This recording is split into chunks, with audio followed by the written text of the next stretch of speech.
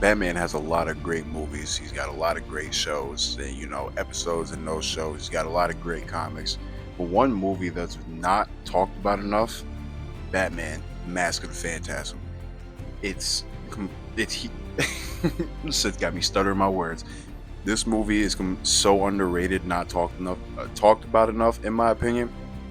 It's criminal in my no, this needs to be out there, circulating in not even just like the fan community, but like the general audience.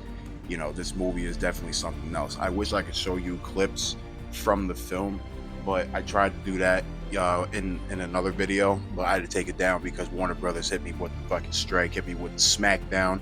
So yeah, I'm gonna try to upload this using Batman Arkham Knight clips, and we're gonna go from there. So just remember, we're talking about Batman Mask of the Phantasm. I hope it doesn't get too confusing when you see this shit, because like I said, Warner Brothers hit me with the goddamn band hammer, the smackdown. I'm not going through that again. I'm just starting out, so just bear with me, please. But more or less, Mask of the Phantasm. Try to do a little quick, big, little synopsis for you. This shit is more or less, I would say it's your regular Batman story, and it typically is, but that changes once you get that new villain, if you will. When you look at the title Mask of the Phantasm, that villain is obviously the Phantasm. So if you're not like a huge fucking Batman fan or like huge Batman animated series fan, you're not really gonna know who the Phantasm is, and rightfully so, because the Phantasm was only a thing in the DCAU, the animated series. Well, not the animated series, but the DCAU. And this character was supposed to be somebody that, like, kind of like Batman, but a little bit more vengeful, actually going at the criminals, taking them down, things of that nature. Actually, watching this for the very first time, not knowing who that character is, nothing about him, it was very interesting. So, going on from there, basically, what we found out that this gang, that this new villain, if you will, Phantasm is hunting down, is called the Valestra or Valeska, something like that. The Valestra mob. I don't know. It's ran by this guy who smoked mad cigarettes, and then in the present of that story, he's walking around with a damn oxygen tube. So I mean, it's your typical mob family, the guy that fucking, that was running shit, but now he's scared because his men are getting taken down, and this fucking creature looking like Batman, imitating Batman of sorts. If you kind of look at it, some people aren't really that wise, or that, they're not that hip to, what Batman automatically looks like, especially when it came all the way back, not all the way back, but like in the 90s, the way it was written, the way it was shown, like, you really couldn't see Batman, you know what I mean? Realistically speaking, like, if you're in the dead of night, Batman's in the shadows, you're not really going to see what he looks like in totality. You only hear about it, which is what adds to the mystique of Batman in the lore of Gotham. But neither here or there. I only bring that up because the police and the people of Gotham think that the criminals that are dying are being killed by Batman, and obviously that's not true. It's the Phantasm, if you didn't catch on already. So, but the Phantasm is not only doing what he's setting out to do, he is also framing Batman inadvertently at the same time. You see what I'm saying? So, like I said, it's pretty interesting just for like a 90s movie, that's based on the 90s show. You know what I mean? Like, I don't know. I actually do like what Bruce Timm, Paul Dini, and Alan Burnett, or I think it's Tim Burnett. I don't know. I don't know. The story was by somebody else that wasn't Bruce or Paul, so shout out to him for sure. What else could I say? Oh yeah, of course you're gonna get the Joker. The Joker is in this. Sorry, it's a spoiler alert for something made in 1993, but you're late, I was late, it's okay. But yes, the Joker is in this movie, and he's not just in this movie just to be in this movie. No, the gang that's being hunted, he was a part of that gang, actually. Yes, very much so. He was actually Valestra. What is it? Yeah, I think it's Valestra. We're gonna go on with Valestra. He was Valestra's second in command, or one of his big guys, actually. You know what I'm saying? And if you watch the film, you'll know exactly why. So now we get a little bit of like backstory of what Joker was doing with them, you know what I'm saying? But and the interesting thing is he wasn't even Joker. He was, who he was before Joker. That's the funny part. So, we all know him as to be this failed comedian, right? Well, I think in this universe, they made him a cold cut gangster that maybe wanted to be a comedian once upon a time in his life, but it just never worked out for him. You know what I mean? But then again, I'm pretty sure there's an origin story for Joker in the DCAU, and I could be wrong. Like I said, they probably took that typical origin story where he was trying to do this job with these two guys, and he had failed, and he fell into the vat of acid, running from Batman in sorts. You don't really see that here. You actually just see him, like again, if you because this movie goes from flashbacks to present.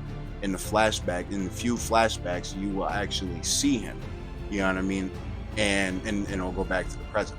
It won't show you his origin and like how he turned into the Joker, but it's like it'll show you like him and what he was doing with the mob.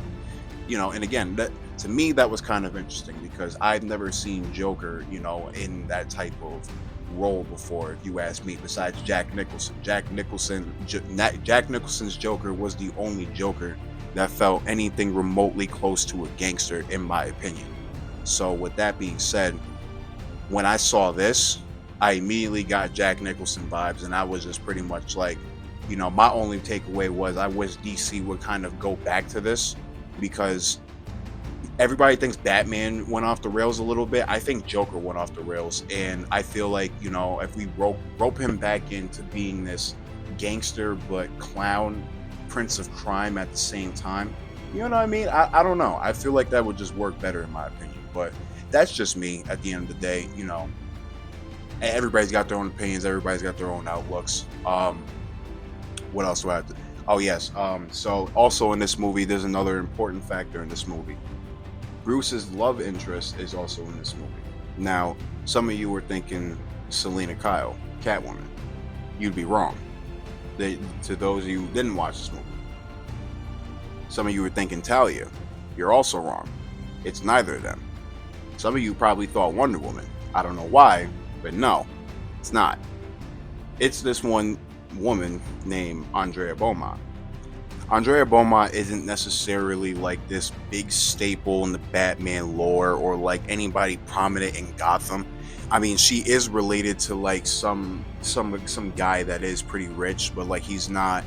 I mean, I don't know. I guess he is known, but he's not known. Like he's known in Gotham, but like in terms of like real life in the fan community, these characters aren't that widely known. The only one that's widely known is Andrea Beaumont, and it's only because of the fact that Andrea Beaumont is, or was somebody that was a love interest to Bruce, and the way you can also slice this is somebody who almost gave Bruce a normal life. That's the best way to put it. It's not, and I'm not saying that Selena can't or anything like that, but truth be told, she kind of can't compared to this one, because this one, basically had her future laid out for her. She was all set. She was rich. You know what I'm saying? Like she was beautiful and everything of the sort. Basically the typical girl that the guy wants. You know what I'm saying? Like everything was all there. You know what I'm saying? And he had that, but at the same time he lost it, and that wasn't really his fault. If we're really being honest, it was actually her father's fault, as crazy as that sounds. And it's not oh, you won't marry my daughter situation. It's me and you need to leave situation because I owe the mob money, and if I don't pay them back, they're gonna kill us. So Andrea Beaumont and her father flee the country, flee Europe. This is the last of the flashback, and at this point, that's pretty much where we leave off, and then we kind of get to stay in the present, where it's like Batman is investigating. He's getting close to the Phantasm, the mystery of who the Phantasm is, and the Phantasm's goal and motives. You know what I'm saying? Like, again, the way how this movie unravels, like neatly, like a neat present your parents gave you on Christmas morning. It's I don't know. It's something. It's definitely something in my opinion. It it's not talked about enough, and again, that's fucking criminal. I feel like Andrea Beaumont should come back just for the simple fact that I mean, I really don't have a reason. I guess I just feel like there's too much like Selena, like that's like that's like DC's go to, where like everybody like just pairs them up. You know what I'm saying? I'm not really the type to be shipping motherfuckers or whatever. Like I don't really care, but at the same time, it's like it would be nice to see her again. You know what I'm saying? Andrea Beaumont, and again, if you watch this movie, you'd understand why. You know what I'm saying? Like she brought a different side of Bruce out. You know what I'm saying? It was very interesting to see Bruce try to be normal. Like you know what I mean? Like everybody knows Batman is not a normal person, but in this movie, he very much was. Like that was the most normal you're gonna get of Batman. You know what I mean?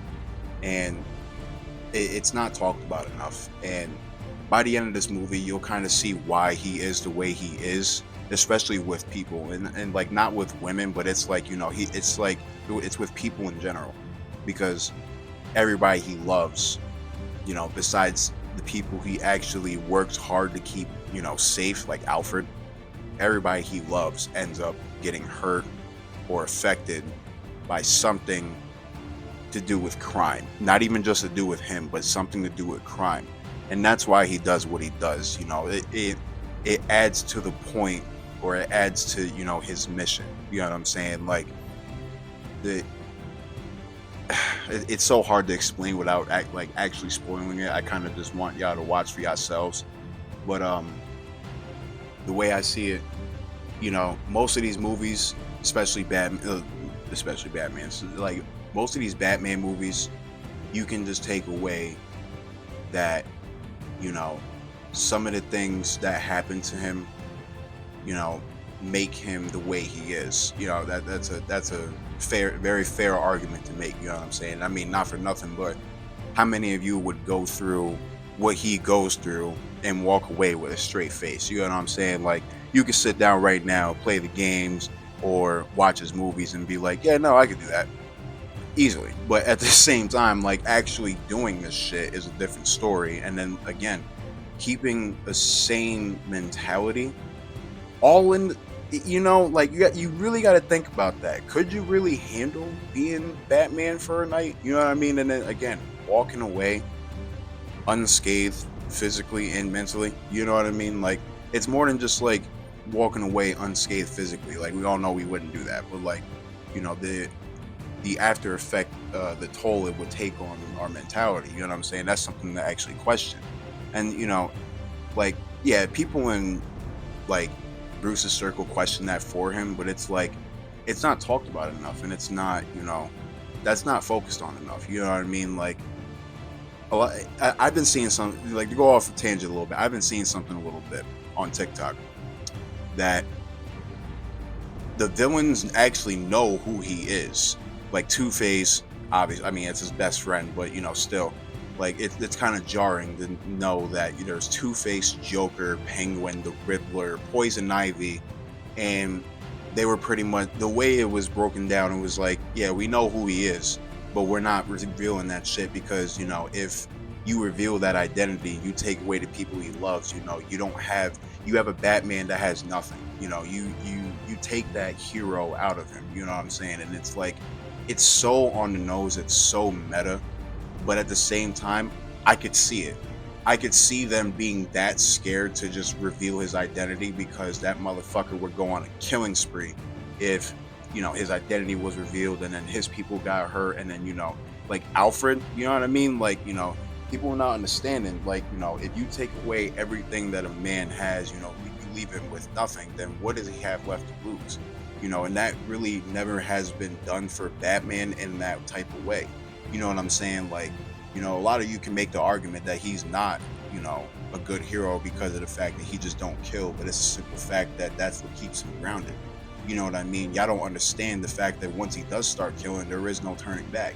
There's a reason why you got the Batman who laughs, and it's not because of multiversal Batman mixed with Joker. No, that's similar to what would happen if Batman lets himself go.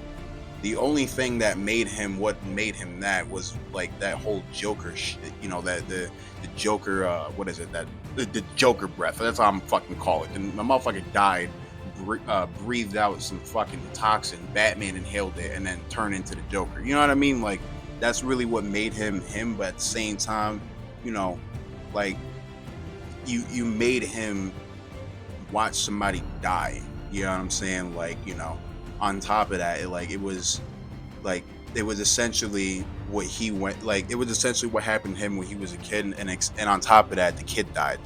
Yeah, you pushed him over the edge. You're not going to get a sane Batman after that. But going back to the Mask of the Phantasm, it's very it is very, very nostalgic. It is very from its time, but it's aged like fine wine. The animation, the writing, the atmosphere, the way that Gotham looks, it's fucking gorgeous in my opinion. Um, there's not much. There's really not much more I can say about Mask of the Phantasm. You know what I mean? Like, I could just keep. I just want to keep telling you to go watch it. You know what I'm saying? Just to go watch it. Like, if I could, I would do a watch party right fucking now. You know what I'm saying? But I got to get my PC set up and everything like that. I'm still doing the, you know, still getting things together. But at the end of the day, I'm still doing this shit for y'all. So I'm trying to get something out there. So, but Mask of the Phantasm, man, you really got to tune into that shit. I'm telling you, if you really want to know who Batman is, that movie does show you, and it's in a very digestible time. You might want to watch it again if you are a fan of Batman. I'm telling you, you're not really going to be, you're not going to be disappointed, and I feel like you will be very satisfied with what you get out of that movie, especially when it comes to the ending. It's very, I wouldn't say bittersweet, but it's like, it's kind of like you've seen this story in a way before, but at the same time, not like this, and that's what I love about these type of stories. Tell me a story that, that is similar to something I've seen, but nothing like I've seen. And in today's day and age, it's getting hard to kind of do that, especially with characters like Batman. Batman was created in 1939. There's only so many stories you can tell with him until, you got to kind of retell it, because his lore is some of these stories are a big staple of his lore. You know what I mean? Like the wars with him and Joker. You know what I mean? The fucking the situation with Jason Todd. Like these things you got to think about, and it's like, how many times are you going to, or how many more stories are you going to tell before you have to go back and maybe retell another one in some way or another? You know what I mean? And I can completely understand that. I mean, that's a whole nother argument to the not argument, whole nother conversation. I would make the argument that that you could retell these stories. We've seen the Batman and the Joker so many times. We've seen Batman with a new villain so many times, and it always ends the same way, almost every single time. And what it is: Batman winning. Just as long as that happens, nothing else really matters. Besides, obviously, the story too. As long as that happens and the story is written great, which is what happened with Mask of the Phantasm, everything is fine. You know what I mean? And when you find out who the Phantasm is, I don't even think you're going to be mad. You're probably going to be surprised. I don't think it's like it. That's what I'm saying. The reveal of the Phantasm, if you do find out who the Phantasm is in this movie, it's towards the final act though, and it's not in a way that it's like what happened with the Arkham Knight, like how you seen it. It's like, oh shit, like everybody asked Rocksteady, yo, is that Jason Todd? And they were like, no. And then that happened, and they were like, what the fuck? It's not like that. I'm telling you this. I don't think it's like that. I mean, if you're good at, not trying to, but if you're good at figuring out who's underneath the mask, like if you're, mystery, if you're a part of the mystery machine gang from Scooby-Doo and shit, like, you're gonna figure it out. I feel like you'll figure it out. But even on then, you're still gonna like it. And if you don't, shit, I'm wrong. I'm sorry, my bad. It might just not be your cup of tea. But especially if you're an animation fan, an anime fan. Like I wouldn't. It's not anime. I'm not trying to say it's anime, but like if you like animation, yo, check this shit out. I'm telling you this right now. You can't be disappointed. There's no way you will be, especially if you love Batman the animated series. And on top of that, the cherry on top of that, need I need to say, who's voicing Batman? It's Kevin fucking Conroy. It's primetime Kevin Conroy. What more can you ask for? May God rest his soul, by the way. What more can you ask for? You know what I'm saying? Like that's what I'm trying to get at here. And you know, whether you tune in or not, I mean, it's all good with me. You know, I just have my job is to tell you about Batman shit. You know what I'm saying? That's exactly what I'm doing. So either way, thank you for coming in. I really do hope you enjoyed the video. I'm sorry for the fucking wait and the time schedule of my, you know, my postings. Shit's just been fucked up, but I'm working on it. Just give me some time. Better things are coming. I got to figure out this Warner Brothers copyright shit, how they doing shit. We're gonna see how this shit goes, but I'm gonna tell you this, you know, some of y'all who like Batman, you know, keep don't fucking exaggerate, you know, how Batman is. You know what I'm saying? A lot of people take him out of context, and it not take him out of context, but I would say it's more like, what's the word? Like they like to, oh, I'm blanking right now. It's so late. But basically, like they like to take him and make it to where it's like he's so far above everybody in fiction, and he's not. You know what I'm saying? Like I just feel like I didn't need to say this shit because there's a lot of fucking passionate Batman fans out there, and I get it, but it's not that deep, brother. But anyways, thanks everybody for coming. Everybody who does come, if you do like, comment, subscribe, share with your friends, I really do fucking appreciate it. And until then, I'ma see you in Gotham, baby.